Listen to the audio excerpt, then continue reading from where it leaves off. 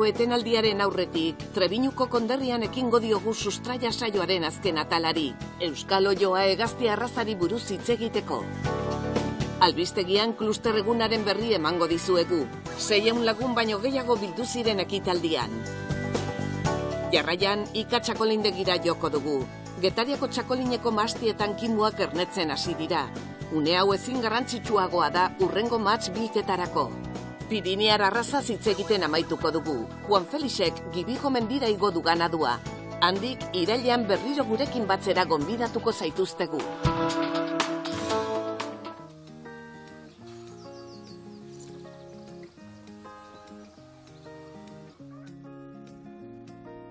Arrieta herri txikian, Trebiñuko konderrian, Sergio Tera bisitatu dugu. Euskal Oioa arraza autoktonoa hobetzen eta berreskuratzen lan egiten duten 100 bazkideetako bat da. Gaur egun, ekoizle, elkarte eta administrazioen elkarlanari esker, Euskal Oioaren egoera duela zenbait urte baino hobea da. Oioekin hasi nintzen, baina ez Euskal Oioekin. Eta handik 2 urtera, erakusketaren batera joaten hasi nintzen. Ikusi eta gustatu egin zitzaizkidan. Euskal Oioa elkartearen berri izan nuen. Eta hemengo arraza gogoko dudanez, harekin lan egiten hasi nintzen. 8 urte joan zaizkit. Hainbat barietate eta kolore daude. Politak dira. Eta gurera ondo moldatzen da. Hori nahi nuen. Entonces es lo que quería. Eolak Euskal Oio eta Antzara Azleen elkartea da. 2006an jarri zuten martxan azle romantiko batzuek. Hegazti arraza industrialak zirelata, garbi ikusi zuten gure hegazti ondarea arriskuan zegoela gure baserrietatik desagertua ala. Eolak elkarteak 120 bazkide ditu. Baserrietan izaten zituzten arraza autoktonoak berreskuratzea du helburu. Mundu guztiak erosten dituen oilo erruleen ondorioz galduz joan baitira. Euskal Oioen estandarrari eutsi nahi diogu. Hegazti misto bat nahi dugu. Errule ona eta haragi hegazti ona. Oilo errule batek 2 urtez jartzen ditu arrautzak. Gero ez dizu ezertarako balio. Y luego ya no vale para nada. Euskal Oioak 5 barietate ditu erregistratuta eta 6. Laudioko Oioa erregistratzeko bidean da. Zilarkara izan ezik, Sergiok gorria, leposoia, beltza eta marraduna hazten ditu. La morfología son todas iguales. Morfologia aldetik berdinak dira. Erdi astunak dira. Tamaina handikoak. Gandor sinplea eta hanka horiak dituzte. Lumaren kolorea baino ez da aldatzen. Hau marraduna da. Gero gorria dago, oso tipikoa. Leposoia gorria bezalakoa da, baina lepoan ez du lumarik. Horrelaxe jaiotzen dira. Jende askok galdetzen du, lepoko lumak kendu aldizkiozu. Ez, horrela jaiotzen dira. Gero zilarkara dago, eta beltza, 5 homologatuta daude. Hegazti hauek ondo egokitzen dira klima honetara. Berdin dio euria ari duen. Larratzera ateratzen dira. Baita elurra ari duenean ere.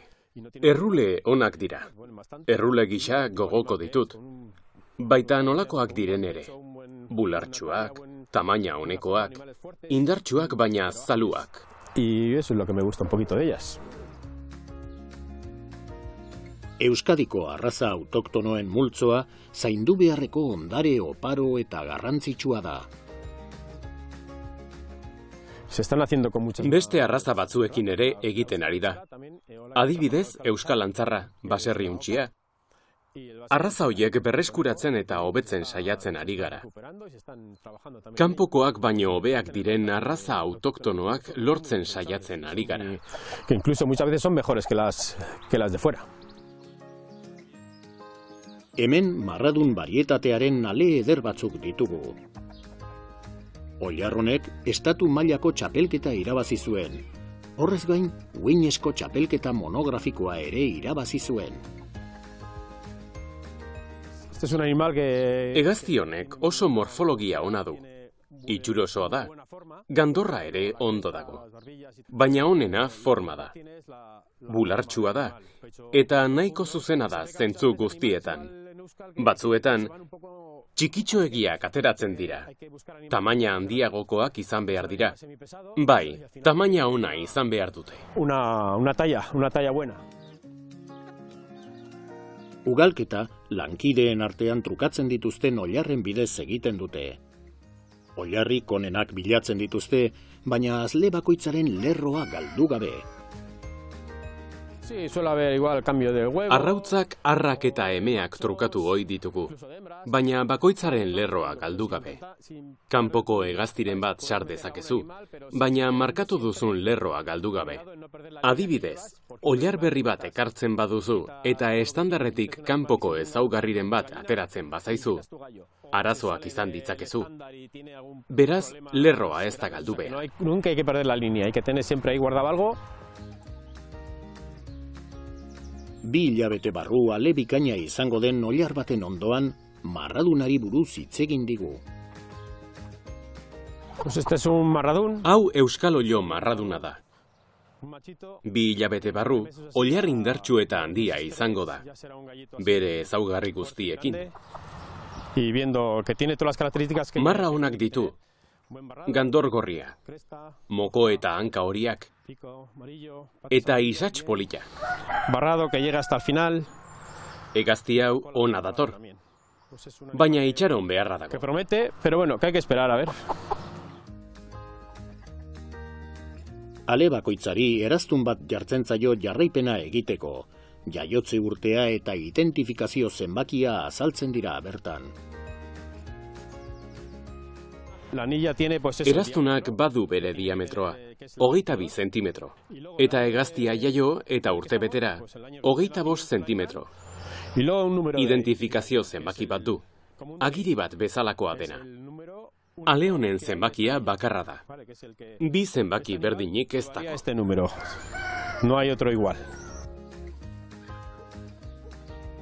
Euskal oiloak oso landatarrak dira eta euren habitataz gozatu egiten dute. Sergioren instalazioak ezin hobeak dira hegazti hauen ongizaterako. Ingurunea funtsezkoa da oiloak hazteko. Euskal oiloak kanpoan ibili behar du. Kaiola ez du gogoko, eta denetik jaten du.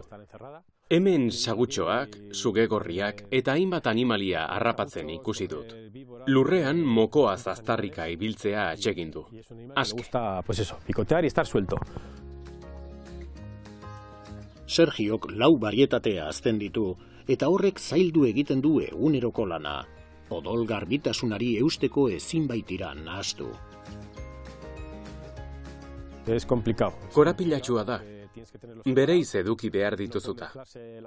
Barietateak ezin dira nahastu, nahi dituzun hegaztiak lortu nahi badituzu. Nahastuz gero, nahaspila ederra izango litzateke. Jaleo y no sabes lo que sacas. Goizero, Sergiok jatekoa banatzen die oiloei. Pues ahora tengo aquí... Orain oilasko pentsua eta artoa ditut. Hegazti gazteak dira, eta artoa botatzen diet gantza eta indarra irabaz ditzaten. Eta betiko oilasko pentsua. Horrez gain, haiek askatzea gogoko dut. Lurrean aztarrika ibil daitezen. Etapa bakoitzean elikadura mota bat behar dute. Txikiak direnean, hasierako pentsu bat. Gero, gizentzeko pentsura pasatzen gara. Eta helduak direnean, erruleentzako pentsua arrautzak jar ditzaten. Los animales adultos. Eolak elkartean guztira 100 bazkide daude, eta egunero alegintzen dira euskal oiloaren 5 barietateak hobetzen. Haiei esker, Euskadiko baserriekin lotuta dagoen ondare berezi hau berreskuratzen ari gara.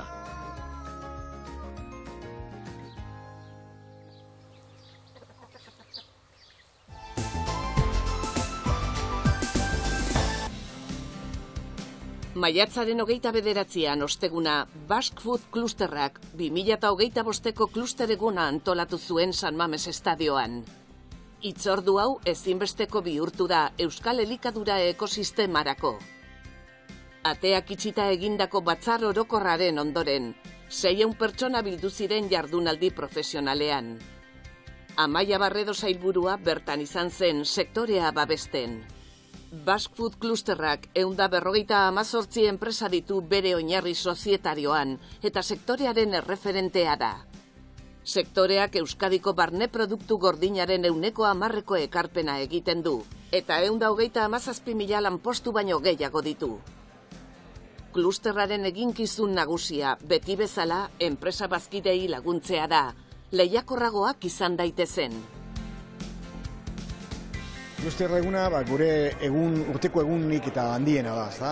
Goizeko lehen orduen egiten duguna da asamblea da gure ekintza formala, eta gero ponente bat edo pertsona bat ekartzen dugu interesko gauzak diren ingurun berba egiteko, ezta?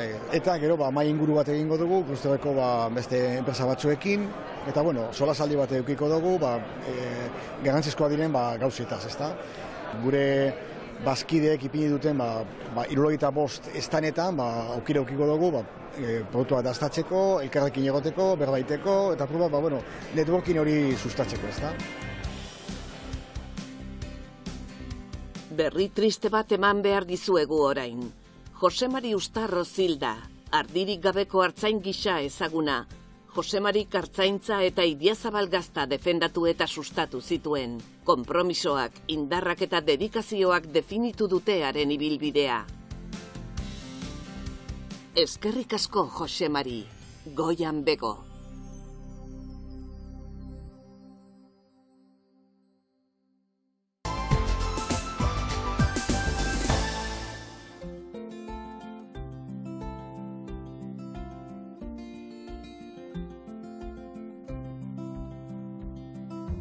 Getariako txakolineko mahastiak eta Euskadiko ardo mahasti guztiak oroar ernetze bidean dira. Orain ikusten hasi da hurrengo uztaldia nolakoa izango den. Bilabonan ika upategi ikusgarria dago. 7 hektaria terdi mahastiz inguratuta badu landare estalki bat, eta bertan mahatsondo ilara eder batzuk ikus ditzakegu, oso ondo zainduta. Ikak 2015an lortu zuen lehen uzta eta 2016an bere txakolinak merkaturatzen hasi zen. Ainhoa Kortajarenak eta bere senar Asier Arrietak sortu zuten txakolindegia. Ikako zuzendari komertziala ondoan duela, Ainhoa upategiko balkoi zoragarrietako batera atera da. Hemen, Ainhoak Ika upategia aurkeztu digu. Getariako txakolina jatorri izenari atxikita dago. Javier Arrieta nire senarraren aitak, baserri bat zeukan hemen onduan, eta antxe zeukan hektaria bat, matx hektaria bat. Eta bertan itezun txakolina eta sagarduakin, txoko bat bezala zeukan, eta herriko jendia eta jutezan, da dastatzezun bai txakolina eta bai sagardo pixkat, ez? Aita hiltzanean, Asierren aita hiltzanean, esan ziguten hektaria hori landatu inbergendula. Ezin gendula utzi, hortxe bestela mastiaren paperak kendu ingo zizkibuela. Orduan erabaki gendun, Asierre erabakizun jarraitu ingo zula mastiarekin. Eta horrela pixkanaka, antzeon hektariatik pasagea honea, bodega zoragarri honta, eta oantxe dauzkau 7 hektaria tarde. Ikak hainbat erreferentzia ateratzen ditu merkatura Euskadin, Estatuan eta Europako, Asiako eta Amerikako merkatuetan saltzeko. Gure mastitan matx baridade desberdina daukagu ondarrabi zuri, xardonea, ondarrabi zerratia eta ondarrabi beltza. Eta hoiekin gure ardo baridade desberdina sortze dugu. Gure txakolina, Ika, dala 180 ondarrabi zuri eta 120 edo 10 edo urtearen arabera xardone edo zerratia sartzen diogu pixkat. Rosadoa, dala ondarrabi beltza eta ondarrabi txuriaren nasketa, bilduma, dala gure txakolinan nasketa bat. Da gure ikan 180 gehi fermentadoen barrikan fermentatutakoaren nasketa. B119 dala barrikan fermentatutakoa, osoik, 26 hilabete barrika frantses barrikatan, espumosoa, doble fermentazion daukala, bat depositoan eta bestea botilan, eta beltza, dala hondarribi beltza 100%. Asik eta Ainoak badute txakolin oso berezi bat. B119 barrikan hartzituta lagun baten omenez egin dute, hasieran asko lagundu ziena eta jada gure artean ez dagoena. B119 hauxe dela, sortu genuen gure lagun baten omenez. Asko lagundu zigun proiektu honen hasieran, proiektu guzti bezala zailak diala eta bere laguntza oso ondo etorri zitzaigun, eta bere omenez erabaki gendun ardo hau ateatzea. Bere izenaren iniziala daukalako, eta 119 hilera hoi bereziki behataz pentsatuz egin genuelako. Ikak ez du urteko txakolinik merkaturatzen. Liga gainean ontzen dituzte Maite Barredo enologoaren esanari jarraituz beti. Teknika horri esker, txakolinek denboran gehiago irauten dute. Guk ez dugu txakolina urteko ateratzen. Ezin dugu txakolina urteko atea, ze gure txakoli guztik, gure ardo guztik, daude 10 hilabetetan, depositotan, bere liatan. Horrekin lortze deuna da, txakolinoi behin boteiatze deula, ez dela, urte beten urteko txakolina ondo aguantatzen duen bezala, gero ja galtzen hasten da, baina gurea ez. Gurea behin boteiatze deula, evoluzio bat sortzen da botila hortan, eta oso ondo mantentzen da botilan urtetan zehar. Ainoak eta Iñakik iazko txakolin bat dastatu dute. Urte zaila izan bazen ere, mahastiko eta upategiko lanak ardo handiak eman zituen. Oantxe katatzen egean txakolina 2024koa da, iazko bendimiakoa. Eta izan zen bendimia bat gorxamarra intzitzaigula, ze urtea etzan oso nahi izan, hasieratik ja gaizki xamarratik ginen, korrimendu hauk igendulako, loretan, eta, gero oso guzki gutxi intzun, euri asko intzun, urte gorra izan da. Ikak teknika berriak eta sistema naturalak erabiltzen ditu upategian. Oresteo sistemari esker, karbono dioksidoa berreskuratu daiteke berriro erabiltzeko. Txakolinona eta jasangarritasuna konbinatzean datza. Guk erabiltzen dugun sistema da Oresteo sistema.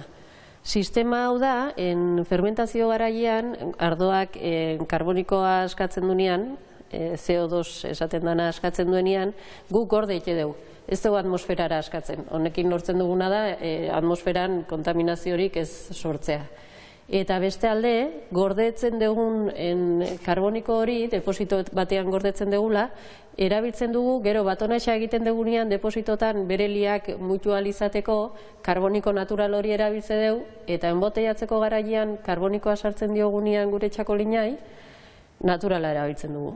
Beraz, prozeso oso naturala da. Iñakiri eta Ainoari lagunduz, upategi ondoko lursail batera joan gara. Hemen, geroko mahats mordoen lehen kimuak ikus ditzakegu. Ikan, 7 hektaria terdi lantzen dituzte, eta mahastiak jatorri izen osoan bezala, produktu apartak lortzeko oinarria dira. Dakizuen bezala, mahastiak ez balin badu ondo ematen, ez dugu lortzen txakolina, leno ikusi ditugun txakolinak, orduan, guk erabaki gendunean mahastia landatzea, erabaki gendun espalderan landatzea.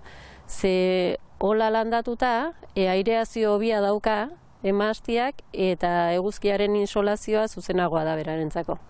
Oantxe gaude momentu garrantzitsunan zean mahastin, zatik hasia ja bere fruitua pixkanaka ematen, hemen ikusten da bezala, eta oain hasi berri dao loretan hasikoa pixkanaka, eta da momentuik garrantzitsuna prozeso guztian.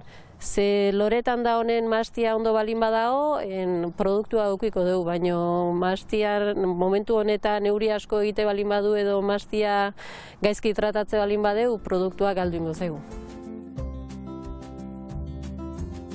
Oraindik hilabete batzuk falta dira hurrengo mahats bilketarako. Ekoizleen lan onari esker, Getariako txakolineko ardo bikainez gozatzeko aukera izango dugu.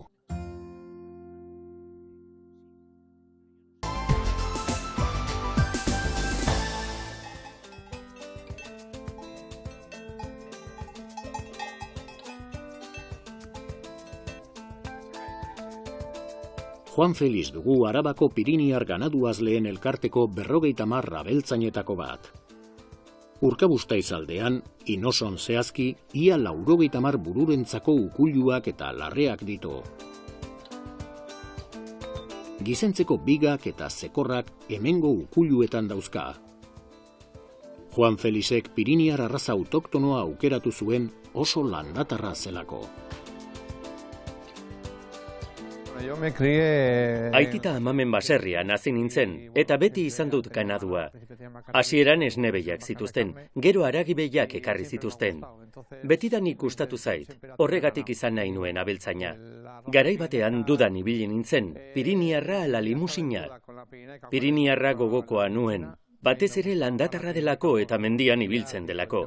Azkenean horren alde egin nuen. Hemen ditugu gizentzeko txekorrak.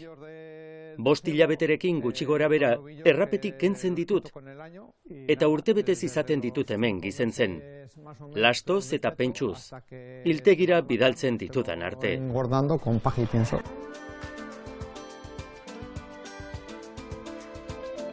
Oñatiko Zubillaga hiltegian sakrifikatzen ditu, eta Zornotzako larrakon zatikatu. Haragia hainbat arategitan merkaturatzen du, baita loteka ere, zuzenean, partikularren artean. Araudian eskatzen diren neurri zorrotzak betetzen direla ziurtatzeko, Euskolabelak kontrol ugari egiten ditu, bai etxaldean, bai hiltegian. Euskolabel urtean behin etortzen da. Ustiategira etortzen dira. Abereen hile eta gernulaginak eta pentsulaginak hartzen dituzte. Araudia betetzen ari zaren jakiteko. Zatiketa gelan ere, aragilaginak hartzen dituzte, laborategian aztertzeko.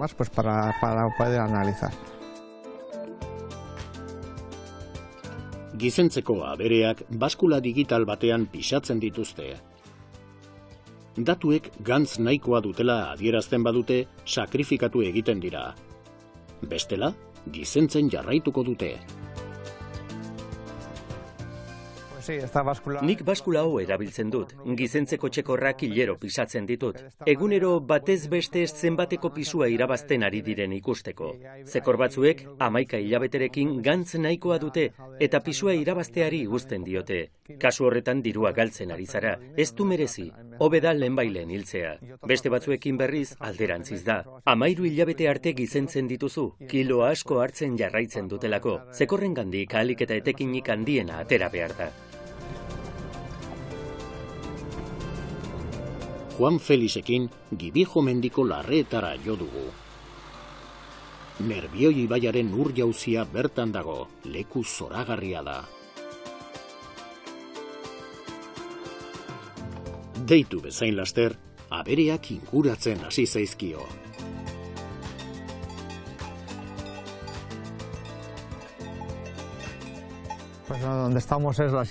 Gibijo mendian gaude. Ikusten duzuenez, Nerbioi ibaiaren ur jauzian gaude.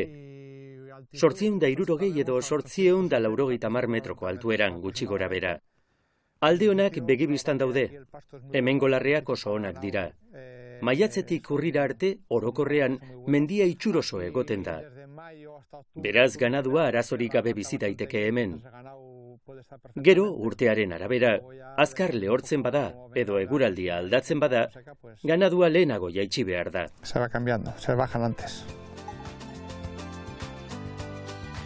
Piriniar arrazak alde on ugari ditu, baina nabarmenena ziur aski haren menditartasuna da. Abere landatarrak izatea oso garrantzitsua da, eta Piriniar arraza oso landatarra da. Egia esan, hemengo arrazarik zaharrenetako bat da, eta oso ondo egokitzen da altuerara, hotzera edota temperatura aldaketetara. Oso ondo egokitzen da. S'adapta muy bien. Emerik onenak ugaltzeko uzten ditu. Eta ugalketa zezen hautatuak erabiliz eta intseminazio bidez egiten du aberekinen bitartez. Gorlizko etxaldetik ekarritako zekor ikusgarri bat eskuratu du orain. Orain Gorliz etxaldeko zezenko bat daukat. Lehenkumeak ematen hasi da eta oso pozik nago. Beste batzuk intseminatu egiten ditut. Piriniar ganaduaren ezle elkartean nago, eta emaitzen kontrola egiten dudanez, abereen 15% gutxienez intseminatu egiten dut. Hobekuntza genetikoarekin jarraitzeko.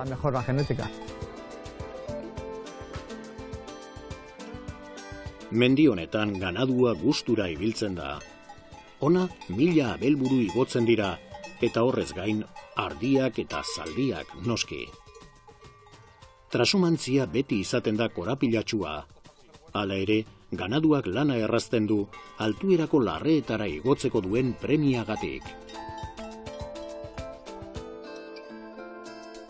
Egia esan, garai hauetan aberek eurekiko nahi dute mendira. Langa ireki bezain laster kanpora doaz, mendira joan nahi dutelako. Udazkenean berdin, baina alderantziz. Zu ikusi orduko etxera doaz zuzenean. Abeltzain jator honek mendian dituen abereen ongizateaz gozatzen du. Ziur aski, lanbide honen gauzarik atseginenetako bat da. Honelako uneak ederrak dira oso. Hona etortzea, bueltatxo bat ematea eta ganadua ondo dagoela ikustea. Egurats zabalean lan egitea gogoko baduzu, hau mundiala da.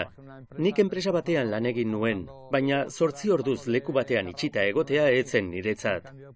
Hemen aldiz batzuetan gehiago lan egingo duzu, beste batzuetan gutxiago, baina gogoko baduzu erabat diferentea da. Abeltzaintza estentsiboak abantaila asko ditu artzainentzat, abereentzat eta baita gizarte osoarentzat ere.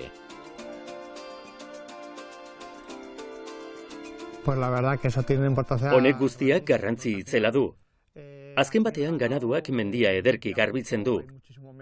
Sutea gertatzeko arriskua nabarmen txikiagoa da. Mendibideak ere txukun xamar zaintzen ditugu abeltzainok. Eta biodibertsitaterako ere hobe da. Belargaiztuak ez dira hain erraz zabaltzen. Belardiak lehengoratu egiten dira, eta mendia ongarriztaturik dago. Esan bezala, mendirako ezin hobea da. Garai jakin batean ganadua ez duzu baserrian izan behar. Beraz, garai horretan, gastua arintzen da, diru aldetik, pixka bat askatu egiten zaitu horrek.